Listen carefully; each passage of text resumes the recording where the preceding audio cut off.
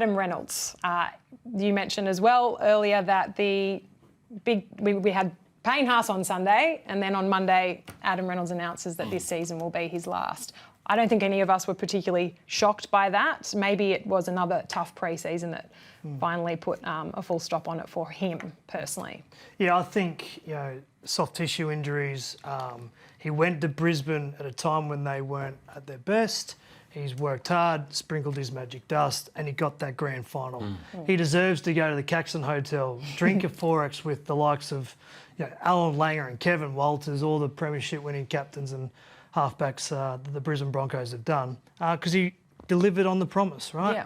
Yeah. So I think, whatever he wants to choose next in life is just around the corner for him. He's going to have to get his body right to play, a good, consistent brand this year. But even if he doesn't, they've got Ben Hunt there, Ezra Mann. There's something there that says, the time is right. He ticked off that box, and he can enjoy the rest of the year, because it'll bring a lot of accolades, because he was born and bred in South Sydney Territory, won a premiership with his beloved club, then made the huge call to go to Brisbane. Backed himself. He was only offered 1 year. And took him to a grand final, went within a whisker, and then went back there. Yeah. Well, he's shown amazing resilience, hasn't he? Like, from where he was at, because he didn't really make the decision to go to Brisbane because he wanted to stay at South. And at that time, they would only offer him the 1 year deal because he apparently had a broken body and couldn't do the physical stuff at training, and the club didn't want to give an extended contract to anyone over 30 years of age. But in the wake of that, they went and signed guys like Jack Whiten on long-term deals, and Cody Walker continued to get long-term deals.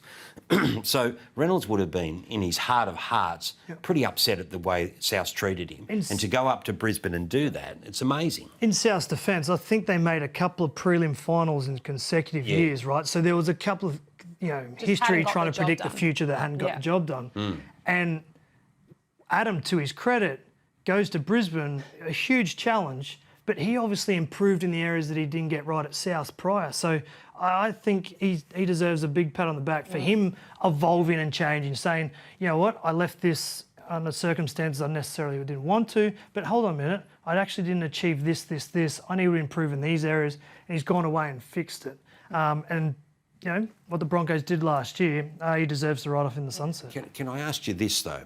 Knowing what you know about playing halfback and the battle of keeping your mind on the job when you know that your body's just about gone, to make a decision at the start of the season that you were going to call this your last year and retire at the end of the season, and having concerns over, your physicality and that, how hard will it be for him to manage his way through this season, and how does he go about that? Does it impact your levels? No, I think it's, in terms of being the age and playing halfback, physically he's just going to have to do all the little things to keep his body in check, right?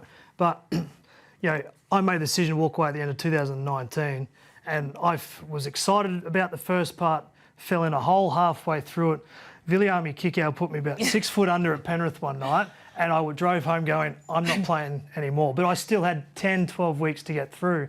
And then there's light at the end of the tunnel. At the back end of 2019, I had a heap of energy because I knew that my days were numbered. So you kick again. So it's about Adam getting his body right, but he will get excited at the start of the year. He'll fall into a little bit.